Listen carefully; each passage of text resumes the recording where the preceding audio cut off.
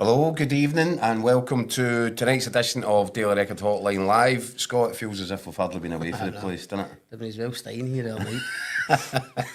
That was a bit of a packed late night show last night, trying to stay up to speed with the developments in the transfer window. And I think, Scott, it's fair to say that some clubs will probably feel better than others right now. We're going to go right at the top of the show to Michael Gannon, who joins us. Because, Michael, you were down seeing Brendan Rodgers today, and we were last night we were talking about it.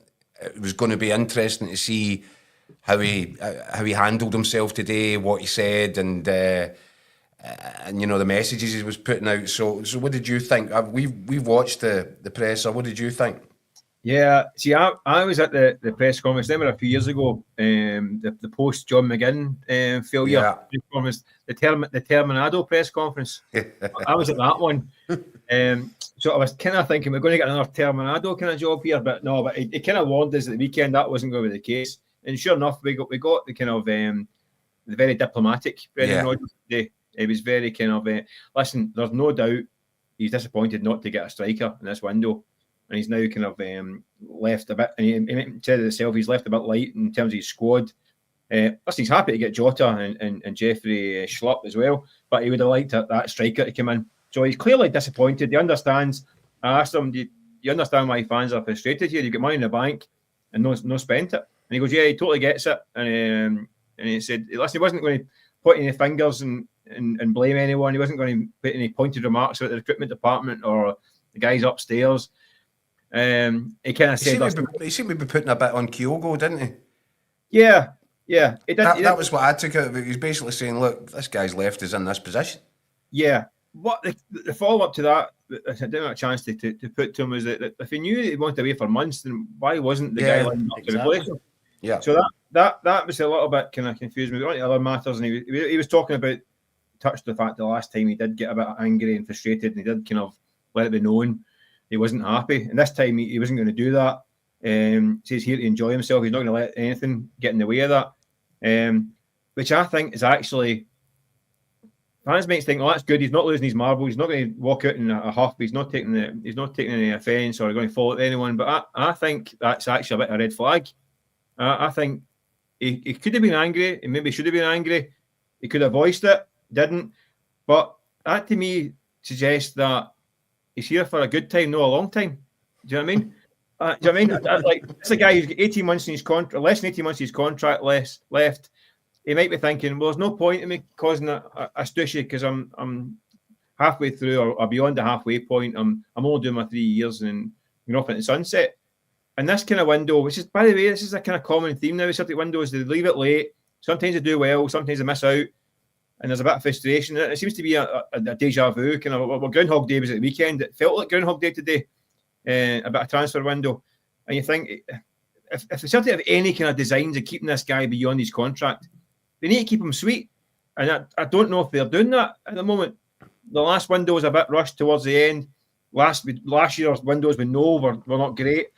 If they have got any kind of ambitions or hopes to keep him here beyond his contract, this doesn't help, and the fact that he's not getting angry. If I'm a Celtic fan seeing that press conference today, I'm thinking it's a bit worrying how relaxed he is actually. It's almost like, oh, it is what it is. I'll do what I can do. That's what we'll go on and we'll do what we can. What's his plan then, Mick? I mean, I don't disagree with you. It's an interesting point you've raised. Yeah, just a thought. So what do you think his plan is then? Is it the 3 years? No, is he planning just to do the 3 years? No, assuming he does well enough that he then goes back to England, or does he go abroad? No, it's not as if he's that old that he's getting to the end of his coaching career. So what do you think's what do you think's in his head? I don't know. I mean, listen, see that after the AGM before Christmas, I remember asking him, listen, the contract's coming to a point, it's a year to go, a year and a half to go. What are you thinking? And he's like, oh, I might get shot at me, I might get fed up, get shot at me. And he kind of laughed it off, made a joke about it, but never really answered it. And I don't know if he's got the feeling that he might do his 3 years and that's enough. He might go and take that time out that he wanted to. He didn't. He was on a break, wasn't he, when Celtic went and got him? I think he was planning to take a year at that point and he get cut short. when Dermot Desmond came calling again a couple of years ago now. So I don't know. He might take a break and see what his options are. I think they'll be a queue at his door to come and get him. He won't go before the 3 years. But I'm just wondering now that it's getting to that point. It is on the horizon. It's 18 months to go. And I'm just thinking, listening today, and he's saying, I'm not going to get upset. I'm thinking maybe if he did get upset, maybe suggest that maybe that's, I don't know. But listen, I may be reading too much into it. Sometimes with Rodgers, you try and read between the lines, don't you? And you try and the codes, and you sometimes think, is he blinking out Morse code here, what he actually means? And it's maybe not as deep as that. But I just think that he's more relaxed than I think he could be. Because listen, he's only got one senior striker. And people are saying, oh, Adam Idah might get injured. It's not even about that. The way Celtic play, there's a lot of pressure physically put on the main striker to press, to run about all day. And usually the striker gets taken off after an hour when they're tired. Yeah, he's also a completely different striker to Kyogo, the one that was starting. Exactly. So very often Kyogo would come off and Idah would come on, or vice versa. And you think, well, who's going to be coming on for Adam Idah when he's running out of legs? He's going to split the shift. And what's going to happen if the game's tight at 70 minutes and Adam Idah's done his tank in? Because that's what you do in that job. And what happens if Dyson Maeda, who's the backup main striker now, has done his tank in on the other side? Although admittedly he's got a seemingly bottomless tank to go on. But at some point he might get tired. So you're going to say to Maeda, listen, I want 70 minutes of you battering fullbacks up and down the park all day, then go and do the shift in the middle of the park as well. So they've left themselves short, not just in terms of if Idah gets injured. I'm talking about a weekly basis almost. Yeah. Games are tight and they haven't got the option to change it. Do you know one thing I'd say though, mate, in terms of the Celtic board trying to accommodate their manager's ambition, their model has changed. It's come away from the sort of more traditional, which we've all talked about previously, you know, spend 10 million in 5 players and hope that 2 or 3 come really good, that you hit the jackpot. I mean, they have splashed money on Engels, significant money on Idah. The wages for Tierney and Jota will be significant.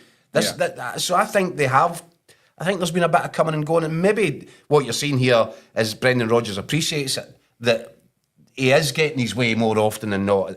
But this particular transfer window, it was just turned out to be a bit of a miss.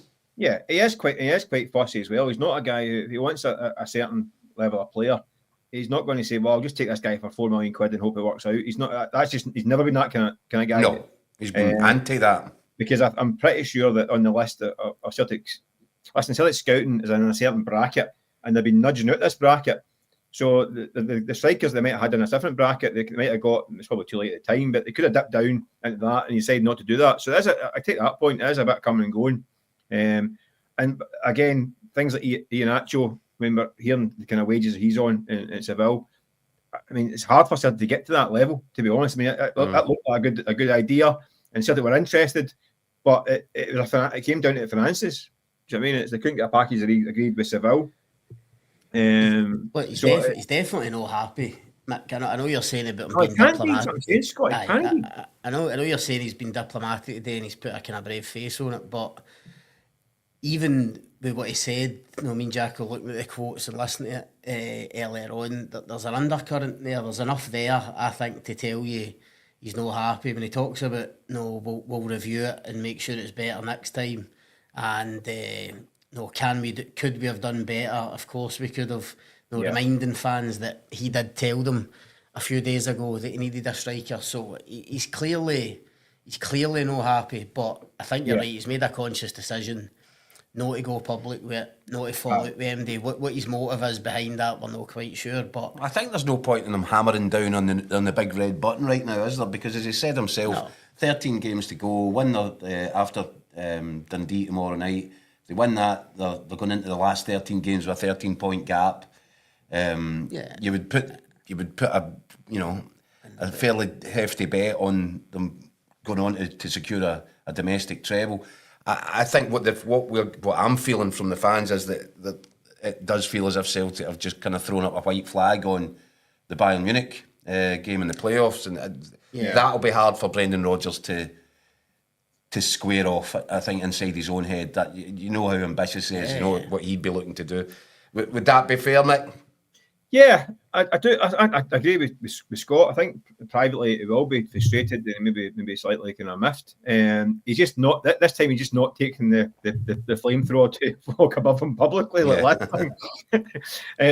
Which maybe in hindsight maybe not been his best move. But yeah, but like you're talking about, they're in good position. They are. The league to me looks in the bag. I don't think the name's up for that debate.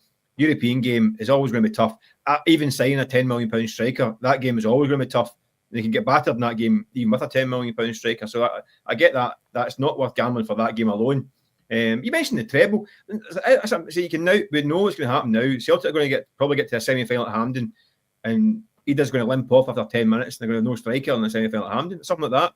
You can just see these things on. It's like one of these things that it's a kind of a slow-moving kind of car crash. You know, there's going to be a point in the next few months when they're going to be left with either having to rely on young Johnny Kenny, who's also a young kid that's been on loan. He was probably going to go back out on loan, or they're going to have Dyson Maida through the middle, which isn't ideal. You can't legislate for certain things happening, but you can see it in the corners and think that might happen. Do you know what I mean? And they've left themselves a bit short. So he is going to be quietly kind of not fuming, but he's not going to be too impressed to be left short of this. A club that's got £80 million in the bank. Yeah. All right, Mick. Well, look, I know you've still got stuff to write for tomorrow's paper. I can't believe you're actually got that looks to me like a running machine at your back. Who are we kidding here? Well, is that clothes horse? It's a former running machine because that's how fat I got. So I actually ran on it.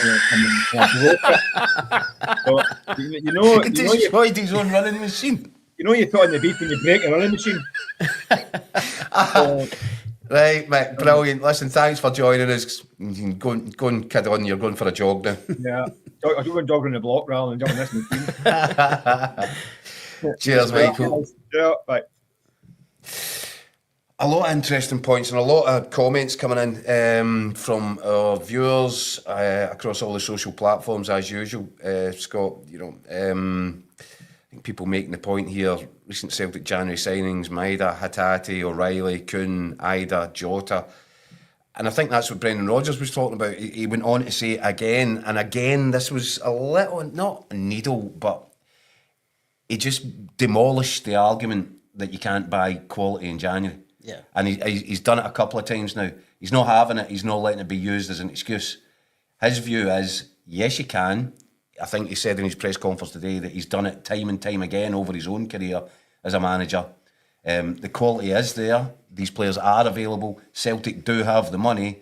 Yeah. So in other words, he's saying there's not really that much of an excuse for this. No, if the planning's right and the recruitment's right, then no, there's deals to be done in January. I get that it's a different kind of window to the summer, but as you say, with a bit of cash behind you, no, especially when you know it's not as if Celtic were looking for 2, 3, 4 players in January.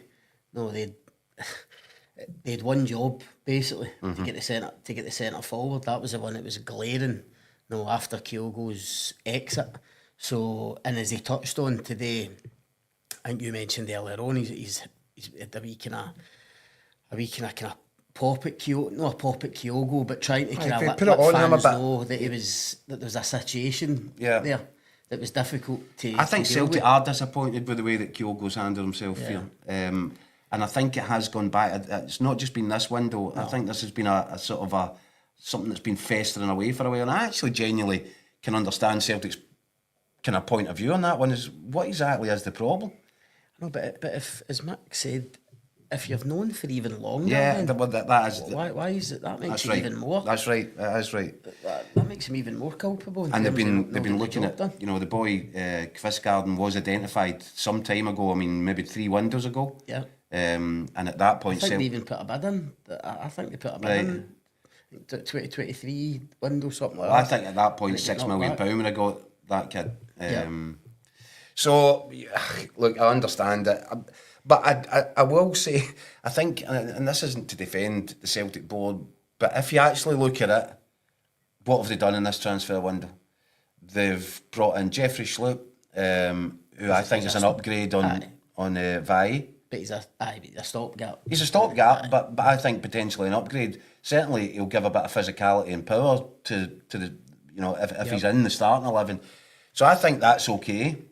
You've got Kieran Tierney coming in the summer, and you've upgraded Lewis Palmer with Jota. Yeah. So it's not disastrous, but I understand why there's a lot of unhappiness just now, because when the manager comes out and says that we need to get a striker in, having lost your star striker, there's going to be a bit of unhappiness, I guess.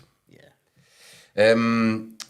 Scott, across the city at Rangers, we spoke about it last night. Not a great deal of activity, well, hardly any. No. We were just watching their interview with Tony Docherty, Dundee manager. He was speaking really fondly of Lyle Cameron and seemed to be bigging up his chances of kind of emulating what Luke McCowan has done at Celtic over the last while. Yeah, he has, and it's no surprise. I mean, he rhymed off a few numbers, a few stats in terms of goals and assists, and it's very good. I mean, goals-wise, I think he said he's Lyle Cameron's 1 in 4 for a central midfielder, and he's not even a central midfielder. Doesn't he play as a number 10 or anything? He's pretty much a box-to-box midfielder. So for him to go 1 in 4 over just over 100 games is very decent. That's obviously what's attracted Rangers. Look, I think it's a good signing for Rangers in terms of where Rangers are as a club. You know, we know the current strategy. We know how everything's kind of changed in the last 6 months in terms of the recruitment. So I think they'll pick up this. Rangers are actually almost trying to roll out the Celtic transfer model now. More so than Celtic. I think it's even more extreme. When you think that Rangers, essentially Philippe Clement has been told, I mean, it's not just cut your cloth by I think the budget is cut by a third. But it's not just that, it's cut the budget, get players in cheap, and by the way, see if there's not enough players, you just need to play the kids. No, I mean, that's never really happened at Celtic. They've always looked to bring players in. You wrote an interesting piece about that today that I saw. You're basically saying that the Rangers board, from what I could read, what you were saying was the Rangers board are lucky that Clement hasn't told them to ram it. I think so. I honestly think so. And look, that's no... You say Philippe Clement doesn't deserve a bit of criticism this season. We've both criticised him at certain times, and I think he would admit himself he's made decisions, he's even made comments and press conferences I don't think have helped him. I think the whole sports science farce, for want of a better word, at the start of the season when Cherny didn't play against Dynamo Kiev and Kieran Dowell plays against Motherwell. And then repeating those games against St Mirren and Motherwell, which effectively harpooned whatever chance they had. I think those were managerial mistakes. Whether he would admit that just now, I don't know. But in terms of him as a manager, when you think of this achievement, last week of getting them in that top 8 of the Europa League straight through to the last 16, with that squad and for what he's been asked to, the conditions he's been asked to kind of work under this season, I think it's incredible. So where are you with this guy then? Well, are you having him or are you not having him? I think Rangers need to have him. Now, I don't think there's... Do you rate him? I think he's got something. Yeah. I've always said he's got something, definitely. As I say, he's been criticised. I've criticised him at certain points, certain decisions. I thought after that Motherwell game you're talking about, where he seemed to have Rangers, a chance of them getting back into the title race, and I think he blew it with the team selection. I think he deserved a lot of flack for that. But Jack, we're talking about a guy who at the start of the season, think about last season, he got Rangers into a position where they were challenging for a title. Now, again, they blew it. The result home to Motherwell, away to Ross County. He did a lap of honour after a 3-3 draw. Right, and that was ill advised. But if you put yourself in his shoes, he gets close to going challenging Celtic for a title. So he probably thinks this summer, a couple more additions, a bit of tweaking here and there, I can take that next step. Instead, the carpet was pulled beneath his feet. Well, he loses massive players who leave the club for nothing due to mismanagement of players' contracts and poor recruitment. But he had decided he wanted to change the leadership group. That was one of the things that he'd stipulated. 100%. That was one of the But- things that he was pushing for. But I bet he thought he was going to. I bet he thought he was going to have some money to spend to bring guys in. Here's something that agrees with you. Peter Graham, the shambolic Rangers board have sold Clement short yet again. The manager's crying out for help, but the Blazers have gone into hiding. Rangers deserve so much better. Talk about it. In the summer, not only was he told your budget's been cut and there's no money to spend, but by the way, we're going to start the season no playing games at Ibrox either. Yeah. I mean, listen, I know but they went out the Champions League, which was a body blow to them. They were nowhere near ready for that. Well, they didn't suffer too much in the league playing at Hampden, but it just feeds into, as I say this, I genuinely believe, and I've said this before, I think Clement could have went in the summer. And I think he would have had offers. He's hinted at it 2 or 3 times, and I've asked him about it, and he's never wanted to come out and say that he could have gone, but I'm convinced he could have gone. He committed himself to this project, for want of a better word, and that's why I think the board have stuck by him, and I now think they're actually lucky to have him, because you fast forward to this window, he comes out the other day effectively pleading for a bit of help. And he's not, I don't think he'd have been asking for fortunes.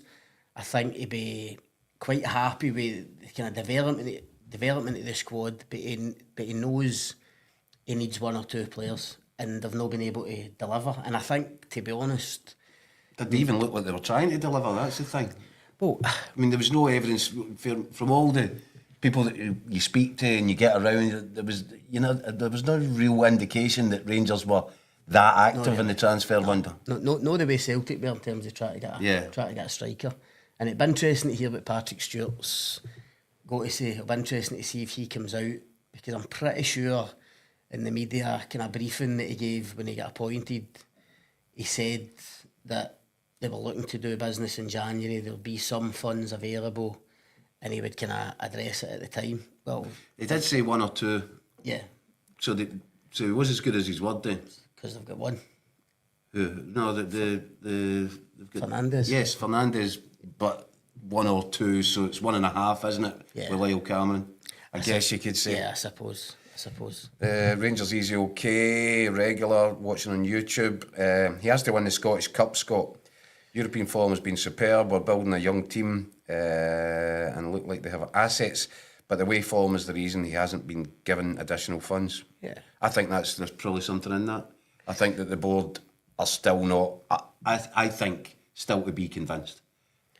They're not as convinced as you are. I think winning the Scottish Cup would be huge for him if he could do that, and stop Celtic getting a treble. See, if I was Patrick Stewart though, or the board, I'd be kind of looking at it going, the judgment on Hagi didn't seem particularly clever. But he claims that was out of his hands. But he came out and said he'll never be good enough to play as a Rangers number 10. I think because, and you're right, that comment was ill-advised, but I think he said that because he'd been told categorically by Get the him board, out. this guy cannot put a Rangers shirt on again. Right, okay. Egerman, and he gets credit, he's got a tick in the box because we think it was his connections and contacts that unearthed Egerman. Yep. But he sat and said he's nowhere near first team ready, and he persevered with Cyril Dessers. No matter how badly Dessers' form was deserting him, Egerman didn't get a look in. Yeah. Raskin couldn't get a game. Enciala has come into the team, looks really, really impressive for a young man. But when Rangers were being absolutely ripped apart by injuries, he was nowhere to be seen. There's mistakes made with the European squad that's been put together. I just think if you're the board, you have to look at that. You're weighing it all up thinking, I'm not sure. So as unsure as I am about Clement, you wonder if the guys that are having to make these decisions are looking at going, well, yeah, he does that right, but then explain that. He's still under pressure. He's still under scrutiny because he's the Rangers manager. They need to win games, and eventually they're going to start winning trophies again. But my point is, and I said on here a few weeks ago that I thought it'd get to the end of the season, and obviously that looks as if it's definitely going to happen, especially with the European progression. No, he started this process now. Mm-hmm. He started this journey, if you want, with Egerman and Jeffrey and Inciala and Raskin coming back into the team, and no, the other players have come in, even Fernandes if he comes in, because they've got an option to buy him in the summer, another young defender. So my point is, if you get to the end of the season, no, you've got to look at the development, look at the progress. Of course, as I say, eventually you need to win things.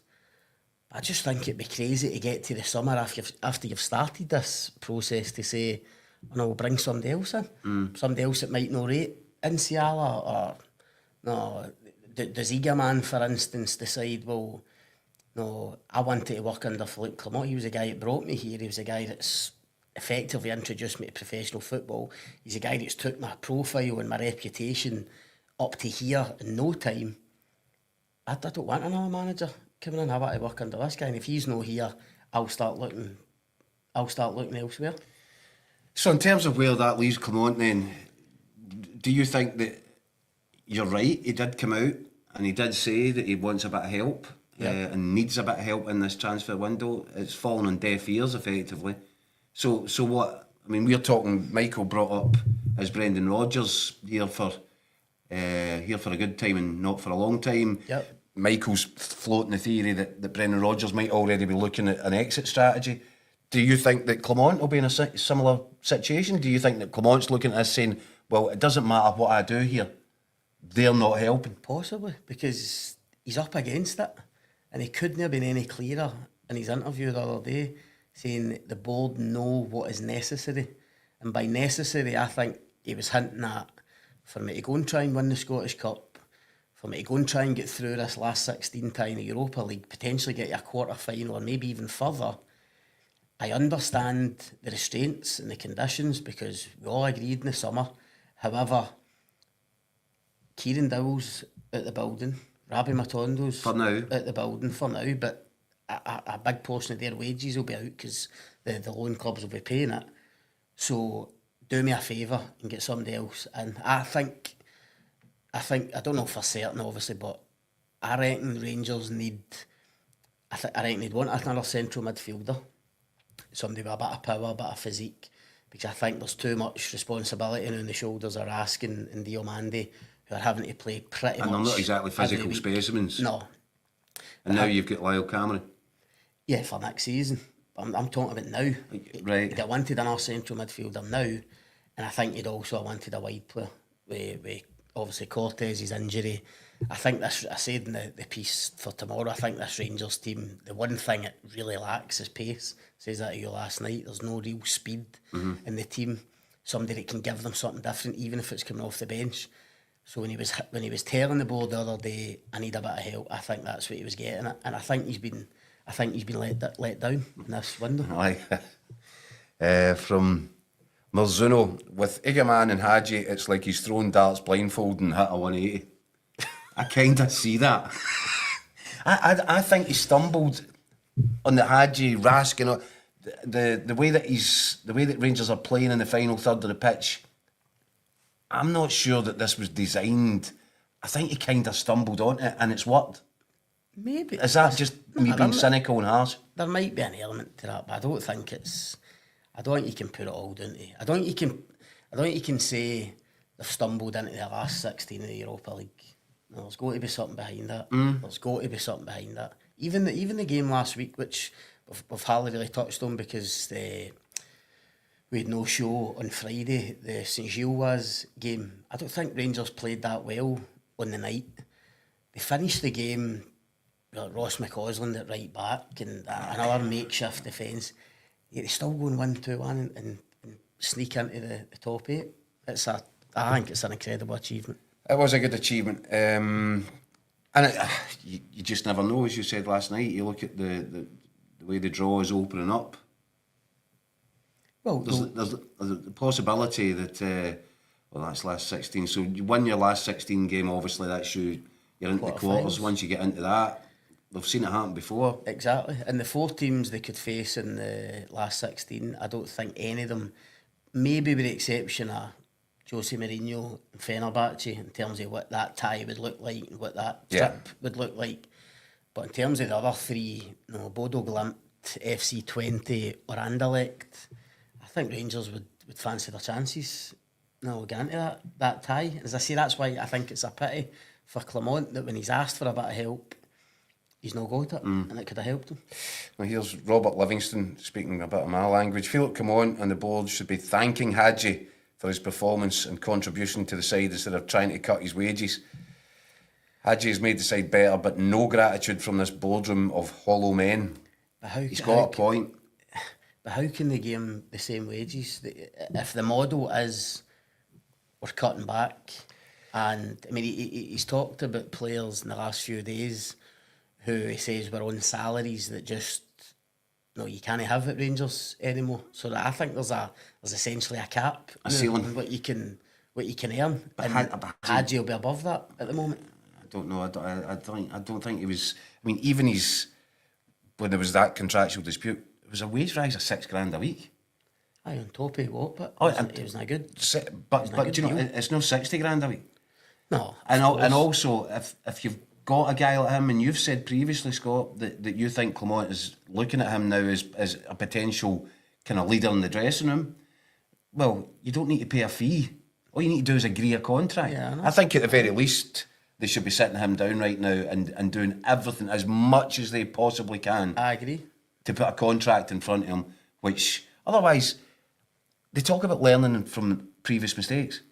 Hagi walks away at the end of this season just the same way that Ryan Kent did, that Morelos did, for free. Yeah, and Rangers have lost out on another asset. Yeah. If they're not trying to sit him down, even by the way, if they're saying to him, we're going to pay you a ridiculous amount of money, but we're going to sell you. Just do something. Just put something in front of him. Otherwise, you're going to lose another asset and one of the few that they've got left. No, it'll be interesting. I mean, I'm talking about a kind of salary ceiling. No, you'd think the top earners at Rangers will be guys like Tavernier and Jack Butland and people like that. Now, we don't know what they're on, but they were talking about that leadership group and Hagi potentially being one of those guys in the dressing room now, and I think he is capable of that. And I think he's shown enough since he came back that, of course, Clement would want him to stay and be part of this project going forward. So the question is, as you're touching on, are they willing to offer him a deal that takes him up to Tavernier and Butland and people like that? Is he already on that kind of money? We don't know. I don't think so. That will be the question for them. How highly do they value him in terms of the next couple of years going forward? Is he going to help? I think the thing about Hagi is if you're going to put faith in youth, your Bailey Rices and people like that, I think Hagi would be a great guy to have about an inspiration. Have about the place. Well, listen, all I know is that during his period where he was getting treated abysmally, thrown into the kids' area at the training ground, I'm told every day he was one of the first ones in, one of the last to leave. Yep. Work. Never threw any tantrums, never created any problems, just was desperate to get out in the pitch. And even during the matches for the B team, he didn't want to get taken off. I know. So I think he was contributing the goals and assists. If you've got a guy as professional as that, that is something that the kids look up to. Yeah. I think it's an absolute no-brainer. And when you think about what it would cost, and Rangers don't have a lot of money to spend in the transfer market, how do you replace that quality? Exactly. I agree with that. So if it's $6,000 a week, it's a deal that I think they should be looking to do. We've said all this. Rangers next league game, I think, is away to Hearts. She's got to say, you know what happens. Well, what happens next? We wanted to what? They'll drop points. Aye. After I've tried to stick up for Clement, but the away form's been so bad, they'll probably go to Tynecastle and drop more points. And he'll have thrown in another mental team selection or something. But I'm glad that you brought up Hearts. Nice segue, because I thought we'd end the show discussing them. Yep. I was Ryan Stevenson's got a column in the paper tomorrow, which is actually quite incredible when you think about it. He is now tipping Hearts, and I agree with him, by the way. So they are. For third place. Yep. They're now sitting on the back of that, terrific performance and result at Dundee. They're now sitting 7 points off third place. Aberdeen are in total free fall, and are only going in one direction. Dundee United struggling a little bit, just hitting a bit of a sticky bit. I think a third place finish for Hearts now becomes a distinct possibility. I totally agree. I I think they've hit a bit of form at the right time. I think Critchley's been good since he came in. His record's been good. Cabangu, I mentioned last night, I think arguably, maybe Jota aside, arguably the signing of the window, the January window. He'll need to be over a more protracted period of time. But I mean, geez, so every time he steps in a football pitch, he's banging one into the foot. He looks the part. Shanklin came back. I mean, only seen the highlights, obviously, the Dundee Hearts game at the weekend. But Shanklin looks sharp. Like Shanklin again. And looks as if he's enjoying having Cabangu beside him. Mm-hmm. Shanklin's finish at Dens Park was outstanding as well. They've obviously brought Harry Milne in, who, James Penrice has been arguably Hearts' best player this season at left back, but Milne gives them real competition. They're a different kind of left back. So they're looking good, Hearts, and how many times do we talk about momentum? It's almost like the people talk about the English Championship down south. There's always a team comes from way down and goes on a run and ends up making the playoffs and getting to the playoff final. It feels like that to me with Hearts at the moment, as you say, while other teams are cutting each other up. Aberdeen in free fall. I know Hibs are improving, but you can never really trust them yet, I don't think. Dundee United, listen, if Dundee United were even getting the top 5, top 6 and just come up, it'd be a big achievement for them. So I think Hearts are the team with momentum. As you say, 7 points is doable for them. And if I was putting money on MD to finish third at the moment, I would go with Hearts. Well, it's funny because where was the guy? I get slaughtered for mentioning that I quite liked this whole idea, or I wanted to see what Jamestown analytics looked like, and I thought there was absolutely something that was worth trying. You just look, if this is the first glimpse of what Jamestown analytics look like, it's not bad. It's quite impressive. No, I'm no maybe as excited about it as you, but if Cabangu is an example of that, then Hearts fans should be excited, because if they can unearth another couple of guys like that who are in a European league, no getting game time. You look at his story as well. He was scoring goals in Holland. It was circumstances. It was COVID. The guy ended up really ill. He was in a coma basically through COVID. Wondered if he'd live, never mind play football again. But he's came back.